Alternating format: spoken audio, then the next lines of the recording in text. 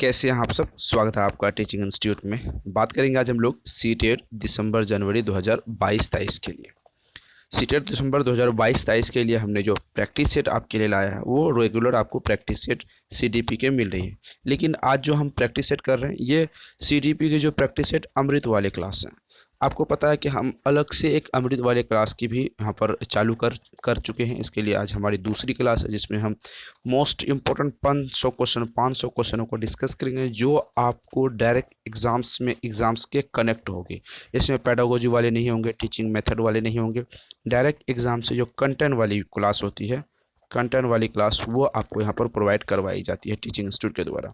तो चलिए, बाल मनोविज्ञान के जो भी आपने पढ़ा है अब तक, इसमें से आज हम दो टॉपिक को कवर करेंगे। सबसे पहला टॉपिक अगर आप यहाँ पर देखेंगे तो दो टॉपिक यहाँ पर यह है कि सामाजिकरण की कुछ क्वेश्चनों को लेंगे, और सबसे बड़ा जो टॉपिक होगा हमारा पियाजे, कोहलबर्ग, वाइगोस्की वाला, इन दोनों टॉपिक से ज़्यादातर क्वेश्चनों को आज हम लोग डिटेल में डिस्कस करेंगे। फिर बाद में एक अलग से क्वेश्चन आपको बनवाई जाएगी। तो ये अमृत वाले क्वेश्चन को आप इग्नोर ना करें। आपको लगता है कि आपने कितने बाल मनोविज्ञान पढ़े हैं, जो भी बाल मनोविज्ञान पढ़े ये आपकी फाइनल टेस्ट है बाल मनोविज्ञान की। चलिए क्वेश्चन की तरफ बढ़ते हैं। पहला क्वेश्चन देखते हैं। सबसे पहला क्वेश्चन आपके सामने यहाँ पर देखने के लिए मिल रहा होगा, समाजीकरण में सम्मिलित है संस्कृति और संचरण, और क्या होगा तीसरा, बच्चों के मनोबल में समायोजन करना, व्यक्तित्व विकास करना, विद्रोहियों को निरुत्साहित करना, संवेगात्मक समर्थन उपलब्ध कराना। सीटेट 2013 पेपर सेकंड में क्वेश्चन पूछा गया है। देखिए ये जो क्वेश्चन हम अमृत वाले क्लास से करते हैं, अमृत वाले क्लास की अगर हम बात करें तो ये सारे क्वेश्चन, जितने भी हम क्वेश्चन 500 क्वेश्चन करेंगे, वे सारे क्वेश्चन सीटेट के प्रीवियस ईयर के क्वेश्चन को पूछे गए हैं। यानी एक भी क्वेश्चन आपको बाहर में या फिर किसी टीचिंग एग्जाम्स की यहाँ पर नहीं मिलने वाली है। तो 100% जो हम तैयारी करवा रहे हैं सिर्फ और सिर्फ सीटेट की इस अमृत वाले क्लास में बात करेंगे। अगर आप यहाँ पर देखेंगे तो ये कंटेंट वाली क्लास है। ये आपको भाग किस में मदद करेगी, जितने भी स्टेट लेवल के टीचिंग एग्जाम्स में सभी में मदद करेगी। कैसे, चलिए क्वेश्चन को तरफ जब आगे हम बढ़ेंगे तब हम लोग यहाँ पर जानेंगे कि क्वेश्चनों का लेवल क्या है, इसकी वैल्यू क्या है। तो पहला क्वेश्चन आप बताइए, आपके हिसाब से यहाँ पर राइट आंसर क्या हो जाएगा।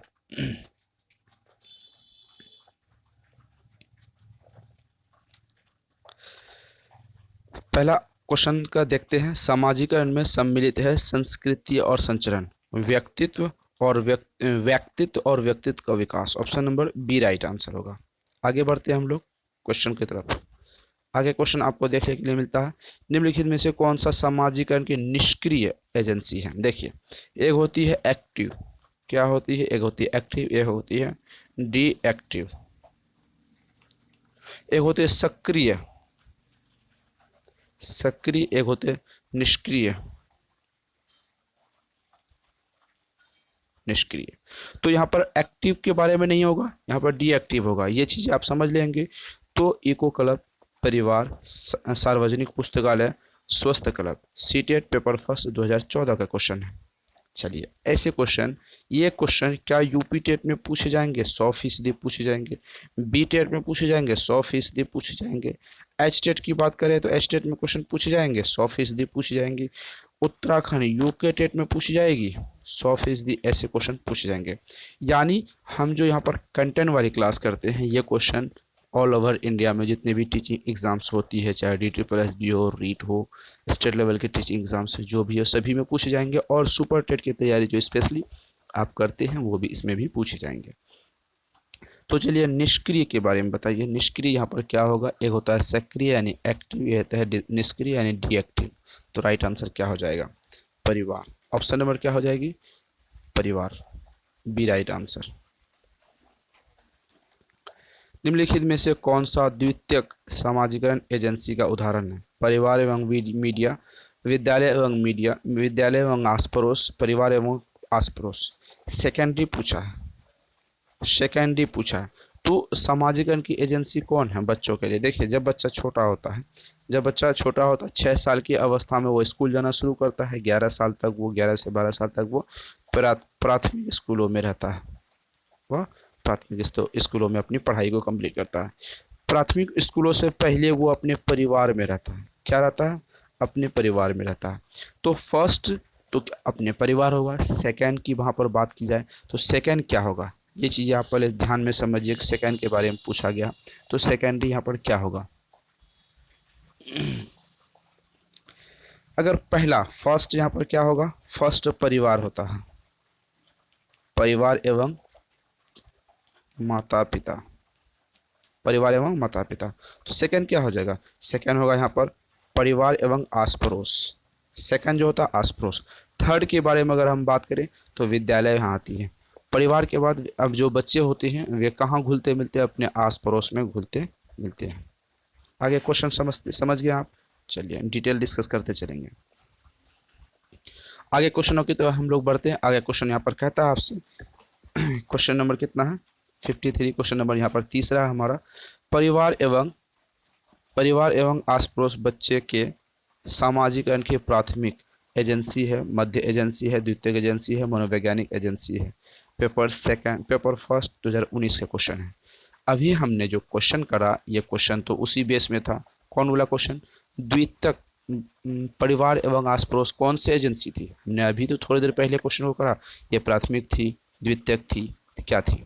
तो अभी हमें पहला क्वेश्चन ही तो क्या, ऑप्शन नंबर यहाँ पर राइट आंसर हो जाएगा द्वितीयक। Option number C right answer, द्वितीयक। चलिए आगे की तरफ हम लोग बढ़ते हैं। आगे क्वेश्चन की तरफ हम लोग देखते हैं। वह अवस्था जब बच्चे तार्किक रूप से वस्तुओं व घटनाओं के विषय में चिंतन प्रारंभ कर देता है तो क्या कहलाता है? वह अवस्था जब बच्चे तार्किक रूप से वस्तुओं एवं घटनाओं के विषय में चिंतन करना प्रारंभ कर देता है तो क्या यहाँ पर कहलाता है? ऑप्शन आपके सामने: संवेदी प्रेरक अवस्था, औपचारिक संक्रियात्मक अवस्था, मूर्त संक्रियात्मक अवस्था, पूर्व संक्रियात्मक अवस्था। सीटेट 2011 का क्वेश्चन पूछा है। आपको पता है यहाँ से शुरू हो जाती है आपके किसके? प्याजे, कोहलबर्ग, वाइगोत्स्की के सिद्धांत के से संबंधित।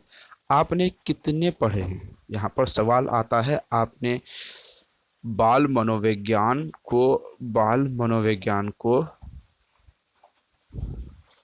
कितने पढ़े हैं, किस हद तक पढ़े हैं, ये आपकी फाइनल टेस्ट यहाँ पर दर्शाती है। अमृत वाली क्लास हम ऐसे इसे नहीं कहते हैं। चलिए इसका राइट आंसर बताइए, आपके हिसाब से क्या यहाँ पर राइट आंसर होंगे?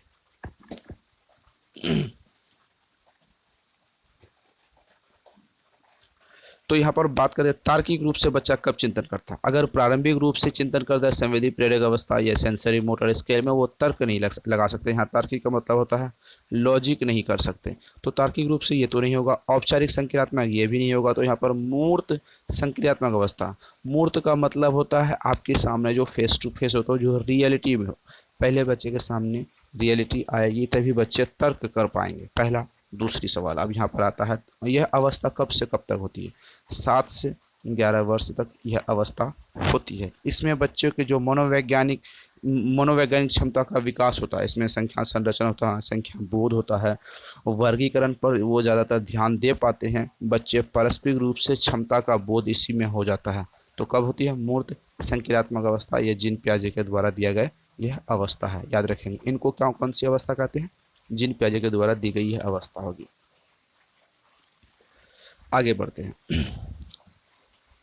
बच्चे के बौद्धिक विकास की 4 विशिष्ट अवस्थाओं का पहचान की गई है। बच्चे के बौद्धिक विकास की 4 विशिष्ट अवस्थाओं की पहचान की गई है स्किनर द्वारा, एरिक्सन द्वारा, पियाजे द्वारा, कोहलबर्ग द्वारा। सीटेट पेपर फर्स्ट में कुछ क्वेश्चन पूछा गया है, यूपी टेट पेपर फर्स्ट में क्वेश्चन पूछा गया है। दोनों क्वेश्चन 2011 का क्वेश्चन पूछा गया है। तो क्वेश्चन का लेवल कैसा है?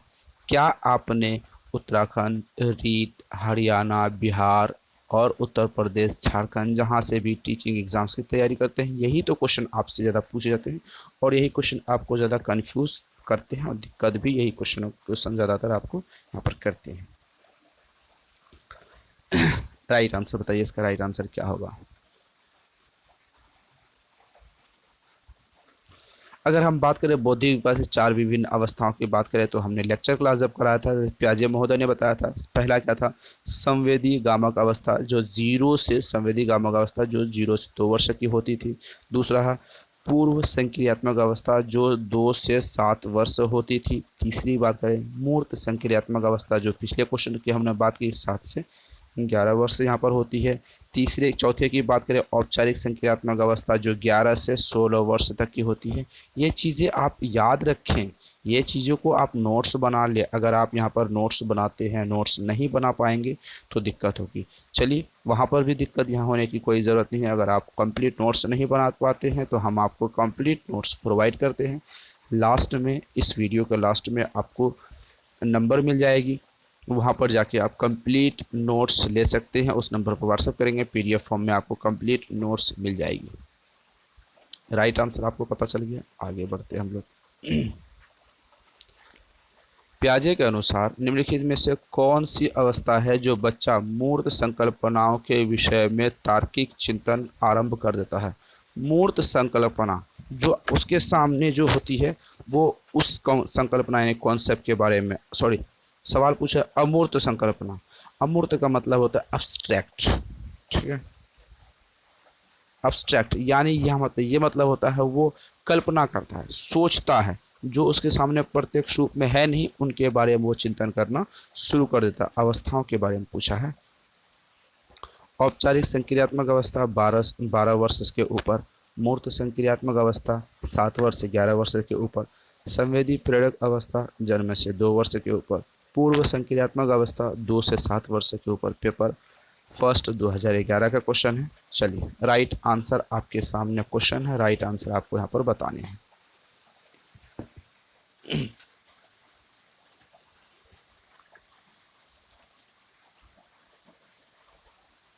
आगे बढ़ते हैं क्वेश्चन की तरफ। क्वेश्चन का राइट आंसर जो होगा अमूर्त कौन संकल्पनाएं बच्चा कब करने लगता है। ऑप्शन नंबर यहाँ पर अमूर्त संकल्पना है, ऑप्शन नंबर ए हो जाएगा। औपचारिक संक्रिया हमने पहले भी आपको कहा था अमूर्त तब होगी जब औपचारिक होगी। संक्रियात्मक अवस्था जो 12 वर्ष के ऊपर होती है। Option number A right answer. आगे की तरफ हम लोग बढ़ते हैं। क्वेश्चन है बच्चे दुनिया के बारे में अपनी समझ का सृजन करते हैं, इसका श्रेय जाता है पावलोव का, स्किनर का, कोहलबर्ग का, प्याजे का। पेपर फर्स्ट 2011 का क्वेश्चन है। बच्चे दुनिया के बारे में अपनी समझ का सृजन करते हैं, इसका श्रेय किसको जाता है। देखिए प्याजे महोदय ने क्या कहा था, बच्चे दुनिया के बारे में अपनी समझ का सृजन करते हैं, इसका श्रेय प्याजे महोदय को जाता है। ये एक प्याजे के द्वारा दी गई एक कोटेशन है। आप इसे याद कर लें, समझ लें, ताकि एग्जाम्स में ऐसे ही सेम टू सेम एग्जाम्स में क्वेश्चन आपको पूछ लिए जाते हैं। कहीं पर भी कोई हल्की सी भी यहाँ पर एडिट नहीं होती है। कोहलबर्ग के अनुसार शिक्षक बच्चों में नैतिक मूल्य का विकास कर सकता है, धार्मिक शिक्षा देकर, व्यवहार के स्पष्ट नियम बनाकर, नैतिक मुद्दों पर आधारित चर्चाओं में उन्हें शामिल करके। ऑप्शन डी देखते हैं क्या कहता है, कैसे व्यवहार किया जाना चाहिए, इस पर कठोर निर्देश देकर। सीटेट पेपर फर्स्ट 2014 में क्वेश्चन पूछा। हमने कहा यूकेटेड उत्तराखंड टीचिंग एग्जाम्स।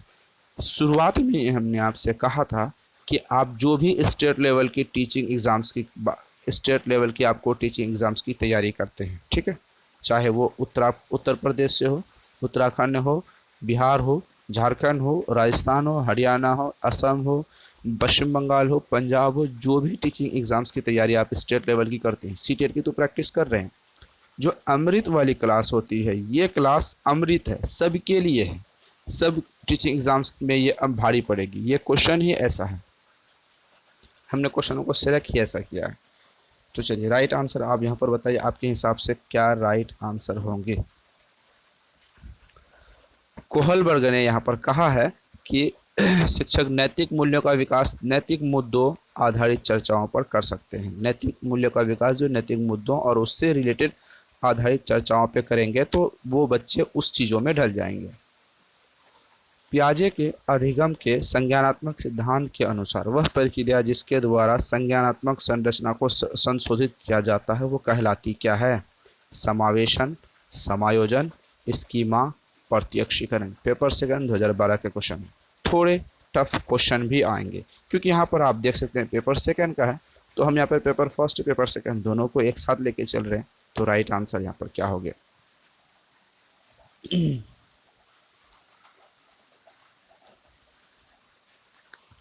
देखिए समायोजन होगा, और उसका राइट आंसर क्या होगा? समायोजन होगा। अगर आपने बारीकी से हमारी ये वाली लेक्चर क्लास आपने अटेंड की होगी, जो प्याजे कोहलबर्ग वाइगोस्की वाले जो क्लास है, वो सबसे बड़ा सबसे महत्वपूर्ण क्लास सीटेट में यही मानी जाती है, ये वाले क्लास। अगर आपने अटेंड अच्छी तरीके से किया होगा तो आप जाहिर सी बात है अच्छी तरीके से करने के बाद आप राइट आंसर लगा पाते होंगे। अगर आप नहीं भी कर पाते हैं तो आपको क्या करनी है, सबसे पहले नोट्स लेनी है, क्योंकि 125 मार्क्स को जो हम कवर करेंगे उसके लिए हमें क्या करनी होगी, उसके लिए हम लोगों को यहाँ पर प्रत्यक्ष रूप से डायरेक्ट रूप से 3 स्तंभों पर खड़ा होना होगा। पहला स्तंभ यहाँ पर नोट्स है, दूसरा स्तंभ हमारे पास यहाँ पर लेक्चर क्लास है, तीसरा स्तंभ आपको यहाँ पर प्रैक्टिस सेट है। इन तीनों चीज़ों पर आप डिटेल में अच्छी तरीके से पढ़े होंगे, तभी आपको यहाँ पर राइट आंसर कर पाएंगे। चलिए आगे की तरफ हम लोग बढ़ते हैं। प्याजे के संज्ञानात्मक विकास के चरण के अनुसार इंद्रिय गामक यानी संवेदी प्रेरक अवस्था किसके साथ संबंधित है? तार्किक रूप से समस्या समाधान की योग्यता पर, अनुकरण, स्मृति और मानसिक निरूपण, विकल्पों के निर्वाचन और विश्लेषण करने की योग्यता पर। आगे बात करते हैं सामाजिक मुद्दों से सरोकार होकर, पेपर फर्स्ट 2012 का क्वेश्चन है। चलिए राइट आंसर क्या होगा यहाँ पर? राइट आंसर बताइए। सवाल पूछा है प्याजे के संज्ञानात्मक विकास के चरणों के अनुसार इंद्रिय गामक अवस्था संवेदी प्रेरक अवस्था, जो यहाँ पर राइट आंसर ऑप्शन नंबर क्या हो जाएगी? Right answer option number B हो जाएगी, अनुकरण, स्मृति और मानसिक निरूपण। क्या हो जाएगी राइट आंसर? अनुकरण, स्मृति और मानसिक निरूपण के आधार पर ये क्वेश्चन को हम करेंगे। Right answer option number B हो जाएगी। वाइगोस्की के बच्चे ने निम्नलिखित में से किस कारक की महत्वपूर्ण भूमिका पर बल देता है? नैतिक, आनुवंशिक, शारीरिक, सामाजिक। यूपी सीटेट पेपर फर्स्ट 2012 का ये क्वेश्चन। बात करते हैं सवाल बढ़ते हैं, सवाल को बारीकी से पढ़ेंगे। वाइगोस्की के बच्चे सीखने में निम्नलिखित में से किस कारक की महत्वपूर्ण भूमिका पर बल देती है? जाहिर सी बात पता है, हमने लेक्चर क्लास जब आपको बताया था, जहाँ पर भी समाज दिखे, कहाँ देखें, जहाँ पर भी समाज दिखे वहाँ पर वाइगोस्की महोदय आ जाते हैं। सवाल पूछा है वाइगोस्की, तो जवाब होगा समाज में सीखने के लिए वो प्रेरित करते हैं। Option number D right answer. आगे की तरफ बढ़ते चलते हैं हम लोग क्वेश्चन को। प्याजे के अनुसार संज्ञानात्मक विकास के किस चरण में बच्चा वस्तु स्थायित्व को प्रदर्शित करता है? हम आपको कहेंगे कि ये क्वेश्चन सीटेट में पूछा गया तो ये तो कहना बेईमानी होगी, क्योंकि जो क्वेश्चन हम कर रहे हैं यहाँ पर वो सीटेट में ही क्वेश्चन पूछा जा रहा है। और ये क्वेश्चन आपको पता है कि किताब कभी कभी पुराने हो सकते हैं, किताब में एक ही बार छपा गया हो। ये ऑब्लिक 2016, 2018, 2019 कई बार, ना जाने कितनी बार ये सवाल पूछे जा रहे हैं। ठीक है, यहाँ पर पूछा जा रहा है वस्तु स्थायित्व को प्रदर्शित करता पूर्व संक्रियात्मक चरण, मूर्त संक्रियात्मक चरण, संवेदी प्रेरक चरण, औपचारिक संक्रियात्मक चरण। यूपी सीटेट 2012 का पेपर सेकंड का क्वेश्चन है। राइट आंसर आपके सामने, राइट आंसर आपको यहाँ पर बताने हैं। चलिए राइट आंसर बताइए क्या होगा यहाँ पर राइट आंसर?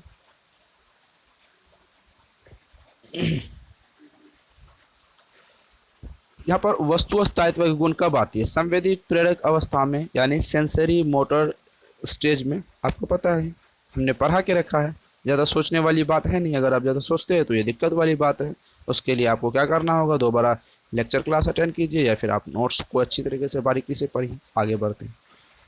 कोहलबर्ग के अनुसार सही और गलत प्रश्नों के बारे में निर्णय लेने में शामिल चिंतन प्रक्रिया कहा जाता है। जो देखिए सही और जो गलत होता है उसके बारे में चिंतन करने की जो प्रक्रिया होती है वो सहयोग की नैतिकता होती है। आगे बात करते हैं, नैतिक दुविधा होती है, नैतिक तर्कना होती है, नैतिक यथार्थ होती है। ये चीज़ें कोहलबर्ग ने कन्फ्यूज करके रखा है। हम सिर्फ आप यहाँ कन्फ्यूज नहीं होते, बहुत सारे अभ्यर्थी यहाँ पर इस बारे में बड़े बड़े कन्फ्यूज दिखते हैं। तो राइट आंसर इसके बारे में क्या हो जाएगा, चलिए राइट आंसर बताइए।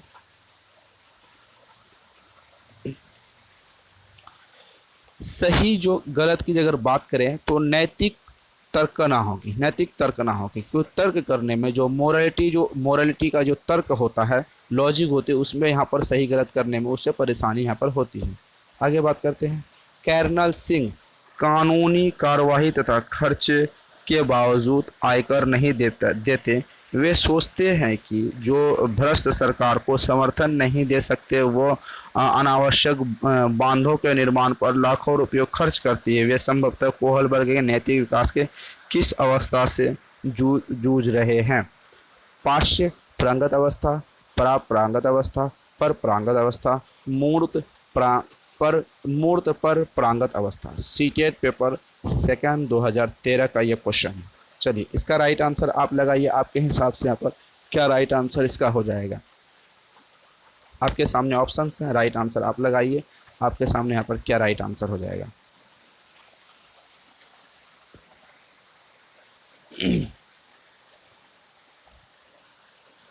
ध्यान से क्वेश्चन देखिए, क्वेश्चन को एक बार आप बारीकी से समझिए। बारीकी से क्वेश्चन अगर आप देखेंगे तो राइट आंसर आपको यहाँ पर मिल जाएगा। राइट आंसर आपके जो आंसर होंगे तो ऑप्शन नंबर ए हो जाएगा, पाश्य परांगत अवस्था। ऑप्शन नंबर ए हो जाएगी। सीता ने हाथ में दाल और चावल खाना सीख लिया।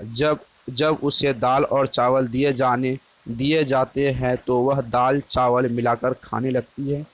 उसने चीज़ों को करने के लिए अपने स्कीमा में दाल और चावल खाने डैश कर लिया, समायोजन कर लिया, अंगीकार कर लिया, अनुकूलन कर लिया, समुचित कर लिया। सीटेट पेपर फर्स्ट 2011 का क्वेश्चन है। सीटेट 2011 का क्वेश्चन में क्या कर लिया, ये चीज़ें पूछा आपसे। तो चलिए राइट आंसर बताइए, आपके हिसाब से यहाँ पर क्या राइट आंसर होंगे। दाल और चावल को खाने में उन्होंने क्या सीखा, उन्होंने जो सीखा वो अनुकूलन हो जाएगा। क्या होगा वहाँ पर, अनुकूलन हो जाएगी। अगर उन्होंने ये चीज़ें सीखा तो आसानी से कर ली जाएगी। आगे बात करते हैं हम लोग। संज्ञानात्मक विकास के चार चरण है। संवेदी पेशीय अवस्था, पूर्व संक्रियात्मक अवस्था, स्थूल संक्रियात्मक अवस्था और औपचारिक संक्रियात्मक अवस्था की पहचान की गई है। स्टॉल द्वारा, गिलहार्ड द्वारा, हरलॉग द्वारा, पियाजे द्वारा। पेपर यूपी टेट का क्वेश्चन हमने उठा लिया, यूपी टेट 2013 का क्वेश्चन है। क्या यह क्वेश्चन सी टेट में पूछा गया है? क्या यह क्वेश्चन सी टेट के बाद, यूपी टेट के बाद बी टेट में पूछा जाएगा? हाँ सर, हम सभी एग्जाम्स में यही क्वेश्चन पूछा जाएगा। और ये चार अवस्था जो किसने दिया है, पियाजे महोदय ने दिया है। कोई ज़्यादा सोचने वाली बात यहाँ पर तो बिल्कुल भी नहीं है। वायगोत्स्की के सिद्धांत में विकास के एक निम्न लिखित में से कौन से पहलू की अपेक्षा होती है? भाषाई, जैविक, सामाजिक, सांस्कृतिक। सीटेट पेपर फर्स्ट 2014 का क्वेश्चन है। राइट आंसर यहाँ पर लगाइए, क्या होगा राइट आंसर। ऑप्शंस आपके सामने हैं, राइट आंसर आपको यहाँ पर लगाने हैं। क्या राइट आंसर यहाँ पर आपके हो जाएंगे? वायगोत्स्की के सिद्धांत में विकास के निम्नलिखित में से कौन से पहलू की अपेक्षा की गई है? तो यहाँ पर विकास में जैविक की अपेक्षा की गई। Option number B right answer. आगे बढ़ते हैं। रिया कक्षा में पिकनिक तय करने हेतु ऋषभ से सहमत नहीं है। वह सोचती है कि बहुमत में अनुकूलन बनाने के लिए नियमों का संशोधन किया जा सकता है। यह सहपाठी विरोध पियाजे के अनुसार निम्नलिखित में से किससे संबंधित है? ऑप्शन आपके सामने है। प्रतिक्रिया, संज्ञानात्मक अपरिवक्तता, सहयोग की नैतिकता, विषमांग की नैतिकता। 2014 का क्वेश्चन है, सीटेट में 2014 का क्वेश्चन पूछा गया है।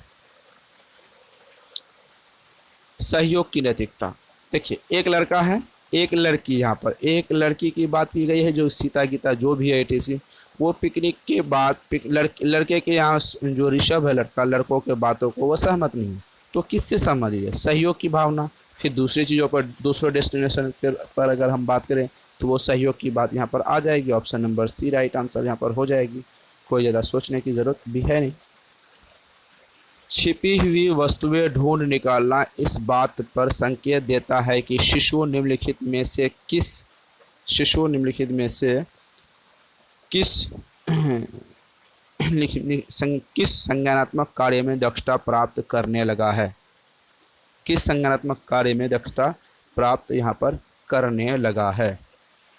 प्रयोगात्मक प्रयोग करना, वस्तु स्थायित्व करना, अभिप्राय व्यवहार करना, समस्या समाधान करना। पेपर सेकंड 2014 का क्वेश्चन है। राइट आंसर की तरफ बढ़ेंगे हम लोग।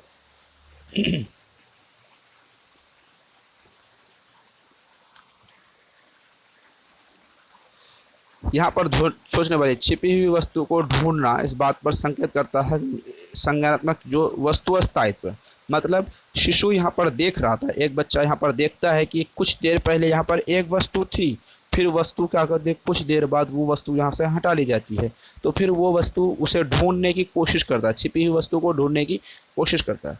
तो यहाँ पर वस्तु अस्तित्व आ जाते हैं, वस्तु का जो अस्तित्व है वो वहाँ पर ढूंढना शुरू कर देते हैं बच्चे।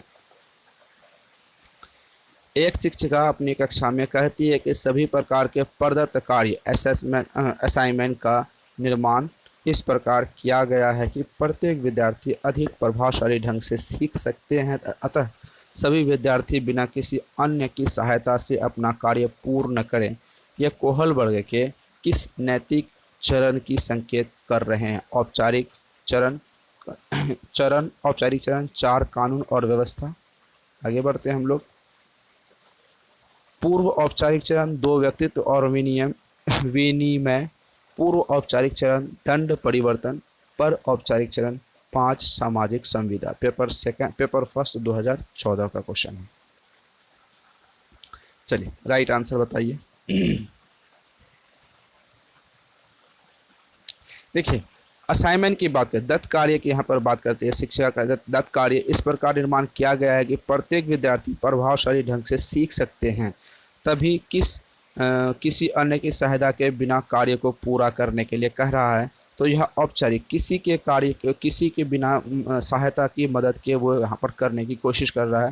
तो कानून और व्यवस्था की बात कर रहे हैं, तो ऑप्शन नंबर औपचारिक हो जाएगा। ये कानून व्यवस्था को आप यहाँ पर छोड़ दीजिए। यहाँ पर इम्पोर्टेंट यह था पूर्व औपचारिक, औपचारिक, पूर्व अनौपचारिक, पूर्व औपचारिक, पर औपचारिक, ये दो चीज़ें इंपॉर्टेंट यहाँ पर रहती है। निम्नलिखित में से कौन सा वाइगोत्स्की के सामाजिक सांस्कृतिक सिद्धांत पर आधारित है। अंतर्दृष्टि अधिगम, पारस्परिक शिक्षण, संस्कृति निरपेक्ष संज्ञानात्मक विकास, सक्रिय अनुकूलन। सीटेट पेपर फर्स्ट 2014 का क्वेश्चन है। चलिए इसका राइट आंसर बताइए।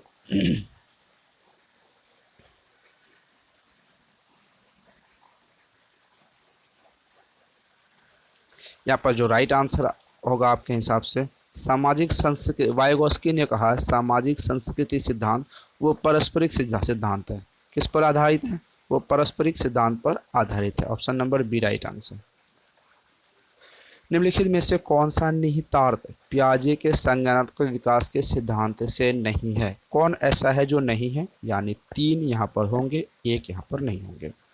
व्यक्तित्व भेदों के स्वीकृति, बच्चों की अधिगमनात्मक तत्पर के प्रति संवेदनशीलता, खोजपूर्ण अधिगम, शाब्दिक शिक्षण आवश्यकता। तो राइट आंसर सीटेट 2014 को पेपर सेकंड का क्वेश्चन है। राइट आंसर क्या होगा। क्वेश्चन को एक बार बारीकी से समझते हैं। क्वेश्चन कहता है संज्ञानात्मक विकास के सिद्धांत से नहीं है, तो शाब्दिक शिक्षण हमने कभी किया ही नहीं, व्यक्तित्व भेदों का हमने किया, बच्चों के अधिगमकर्ता के तत्पर के संवेदनशील का हमने किया, संज्ञानात्मक सिद्धांत में खोज पर अधिगम किया, तो हमने क्या नहीं किया, शाब्दिक शिक्षण आवश्यकता नहीं किया। जो नहीं किया उसे हम क्या करते हैं, सही के रूप में टिक मारते हैं। Option number D right answer. निम्नलिखित में से कौन सा कोहलबर्ग के नैतिक विकास के चरणों का लक्षण है।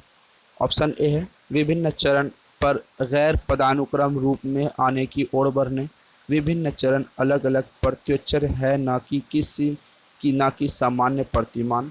आगे बढ़ते हैं। सभी संस्कृति से संबंध चरणों की सार्वभौम श्रृंखला, चरणों का परिवर्तनशील अनुक्रम। सीटेट पेपर सेकंड 2014 का ये क्वेश्चन है।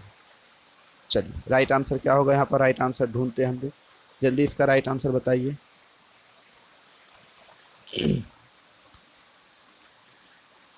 कोहलबर्ग के नैतिक विकास के लक्षण हैं। विभिन्न पदानुक्रम, ये नैतिक विकास के लक्षण नहीं है। अलग अलग प्रत्युचुर, समान प्रतिमान, ये कोहलबर्ग का बिल्कुल भी नहीं है। आगे बात करते हैं। तो संबद्ध चरणों का सार्वभौमिक श्रृंखला, संस्कृति की बात की है।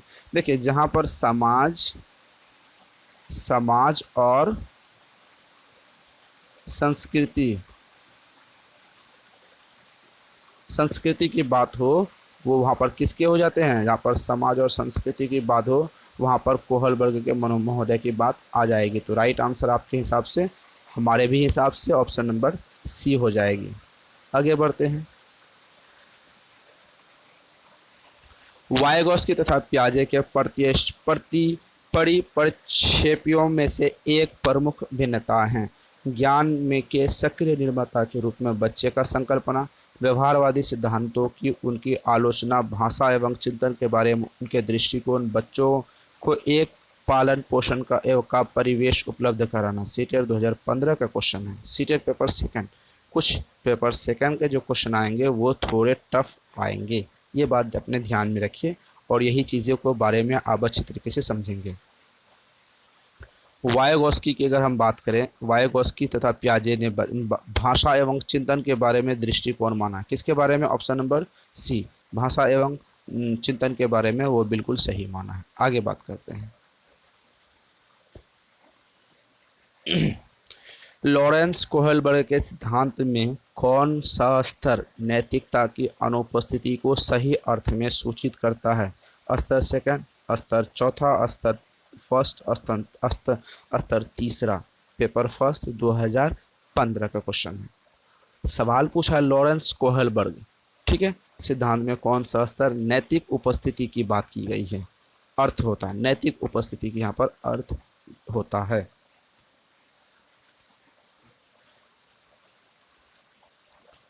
अगर नैतिकता की बात है तो फर्स्ट स्तर में यहाँ पर नैतिकता आ जाती है। कौन से स्तर में? फर्स्ट स्तर में नैतिकता यहाँ पर आ जाती है। आगे देखते हैं क्वेश्चन। कोहलबर्ग के सिद्धांत के पूर्व परंपरागत स्तर के अनुसार कोई नैतिक निर्णय लेते समय एक व्यक्ति निम्नलिखित में से किस तरफ प्रवृत्त होगा? अंतर्निहित संभावित दंड, व्यक्तिगत मूल्य, पारिवारिक उपेक्षाएं। आगे बात करते हैं। व्यक्तिगत आवश्यकता तथा इच्छाएं। पेपर फर्स्ट 2000, पता नहीं कितना ये तो छिप गया है, कितना 2000 कितना में बात की है। और राइट आंसर बताइए क्या होगा यहाँ पर राइट आंसर? कोहलबर्ग के सिद्धांत के पूर्व, यहाँ पर ध्यान रखेंगे, पूर्व परंपरागत स्तर के अनुसार कोई नैतिक लेने के समय एक व्यक्ति निम्नलिखित में से किस प्रवृत्ति का होगा? कौन से प्रवृत्ति का यहाँ पर होगा? तो ऑप्शन नंबर यहाँ पर ए राइट आंसर हो जाएगा। अंतर्निहित संभावित दंड प्रवृत्ति का होगा। राइट आंसर क्या हो जाएगी? संभावित दंड प्रवृत्ति का होगा। नवीन जानकारी को शामिल करने के लिए वर्तमान स्कीमा यानी अवधारणा में बदलाव की प्रक्रिया कहलाती है। अनुकरण, अहं केंद्रिता, समायोजन, आत्मसातकरण। पेपर फर्स्ट 2015 का क्वेश्चन है। सवाल ध्यान से समझिए। नवीन जानकारी को शामिल कर दी जाती है, तो यहाँ पर क्या होगा, ये चीज़ें पूछा है नवीन चीज़ों के बारे में। देखिए आत्मसातकरण नहीं होगा, अहं केंद्रिता नहीं होगा, तो अनुकूलन या समायोजन दो चीज़ें होंगी। लाइफलाइन हमने चूज करके बता दिया। अब इन लाइफलाइन में इन दोनों क्वेश्चनों में आप यहाँ पर डिटेल में डिस्कस करके अपने आप को बताइए कि क्या जल्दी होगा। देखिए नवीन जानकारी में शामिल होने के लिए वर्तमान में स्कीमा यानी कि अवधारणा, स्कीमा यानी अवधारणा की यहाँ पर बात की गई है। अवधारणा में बदलाव की प्रक्रिया समायोजन कहलाती है। क्या कहलाती है? Option number C right answer, समायोजन कहलाती है। आगे बात करते हैं हम लोग। पियाजे के अनुसार 2 से 7 वर्ष के बीच का एक बच्चा संज्ञानात्मक विकास किस अवस्था में होता है? पूर्व संक्रियात्मक अवस्था, मूर्त संक्रियात्मक अवस्था, औपचारिक संक्रियात्मक अवस्था, संवेदी प्रेरक अवस्था। सीटेट 2015 का क्वेश्चन, पेपर फर्स्ट के बारे में बात की गई है। देखिए 2 से 7 वर्ष के बीच में विकास की कौन सी अवस्था होगी? 2 से 7 वर्ष के बीच में विकास की जो अवस्था होगी वो पूर्व संक्रियात्मक अवस्था होगी। नहीं पढ़े हैं तो आपको क्या पढ़ना चाहिए? आपको नोट्स पढ़ना चाहिए। अगर आप नोट्स लेने वाले हैं, लेने की कोशिश सोच रहे हैं, तो आप नोट्स के लिए क्या करेंगे, इस लास्ट वीडियो के लास्ट में आपको नंबर मिल जाएगी, आप नोट्स पढ़ेंगे तो राइट आंसर हो जाएगी। पूर्व संक्रियात्मक अवस्था, ठीक है। मूर्त संक्रियात्मक अवस्था की बात करें तो यहाँ पर मूर्त संक्रियात्मक अवस्था की यहाँ पर बात करें तो 7 से 11 वर्ष आपको यहाँ पर होती है। संवेदी की बात करें तो संवेदी की बात करें 0 से आपको यहाँ पर 0 से 2 वर्ष यहाँ पर मिल जाती है। और औपचारिक संक्रियात्मक अवस्था की बात करें तो 11 से 15 वर्ष यहाँ पर होती है। अब सवाल आता है ऑप्शन नंबर ए, पूर्व संक्रियात्मक अवस्था कब से कब तक होती है? पूर्व संक्रियात्मक अवस्था 2 से 7 वर्ष तक होती है। कोहलबर्ग के सिद्धांत की एक प्रमुख आलोचना क्या है? कोहलबर्ग ने प्रस्ताव दिया कि नैतिक तर्कना विकासात्मक होती है। कोहलबर्ग ने बिना किसी अनुभूति मूलक आधार पर सिद्धांत प्रस्तुत किया। आगे बात करते हैं। कोहलबर्ग ने नैतिक विकास की स्पष्ट अवधारणा को उल्लेख नहीं किया। कोहलबर्ग ने पुरुषों और महिलाओं की नैतिक तर्कना और संस्कृति विभिन्नताओं का महत्व नहीं दिया। सीटेट पेपर सेकंड 2015 का क्वेश्चन है। क्वेश्चन हिला देने वाला है, जाहिर सी बात है। क्वेश्चन इसलिए हिलाएंगे क्योंकि यहाँ पर ये सेकंड पेपर का क्वेश्चन है। तो राइट आंसर जो उसकी प्रमुख आलोचना होती है, जो पुरुष एवं महिलाओं के नैतिक तर्कना के भिन्नताओं को महत्व नहीं दिया। यहाँ पर इन दोनों की महत्वाओं को यहाँ पर ध्यान नहीं दिया, यानी महत्व नहीं दिया, ये चीज़ें आपको। तो ये थी आज की हमारी मोस्ट इम्पोर्टेंट 30 क्वेश्चन। कितने क्वेश्चन? Most important 30 question. इसमें से 25 क्वेश्चन करने हैं आपको। आपके क्यों नहीं होंगे इसका भी जवाब कमेंट सेक्शन में दीजिए, क्यों नहीं होंगे। अगर आपके नहीं होते हैं तो जो हमारी सीटेट 2022 में अचीव वाले टारगेट है 125, ये कवर करने में कहीं ना कहीं हम पीछे रह जाएंगे। तो आपको ये चीज़ें कवर करनी होगी। 125 आपकी जो हमारी जो टारगेट है उसको अचीव करने के लिए हमने यहाँ पर क्लास चालू कर ली है। आपको सबसे पहले क्या करना होगा? सबसे पहले 7634993536 नंबर पर आप व्हाट्सअप करके नोट्स लेंगे, कंप्लीट नोट्स मिल जाएगी। दूसरी चीज़ें आपको यहाँ पर क्या करनी होगी? आपको टीचिंग इंस्टीट्यूट के साथ बने रहने के लिए आपको सब्सक्राइब का बटन दबाना होगा। उसके बाद आपको लेक्चर क्लास प्रैक्टिस सेट में भाग लीजिए। आप टीचिंग इंस्टीट्यूट के साथ बने रहिए। सब्र और भरोसा दोनों कीजिए। आपको यहाँ टीचिंग इंस्टीट्यूट, ये दो चीज़ें सब्र और भरोसा रखेंगे तो टीचिंग इंस्टीट्यूट के साथ 125 सीटेट 2022 में जो हमारी टारगेट है वो ज़रूर हम अचीव करेंगे। तो कैसी क्लास लगी, अमृत वाली क्लास कैसी लगी? इसके बाद जो रेगुलर बेस में आपको क्वेश्चन मिल रहे हैं वो क्वेश्चन आपको डेली मिलते रहेंगे। तो अपनी प्रतिक्रिया कमेंट सेक्शन में ज़रूर बताइएगा। फिर मिलते हैं अगली क्लास में, अगली वीडियो में। तब तक के लिए खुश रहिए, पढ़ते रहिए, अपनी तैयारी जारी रखिए। Thank you.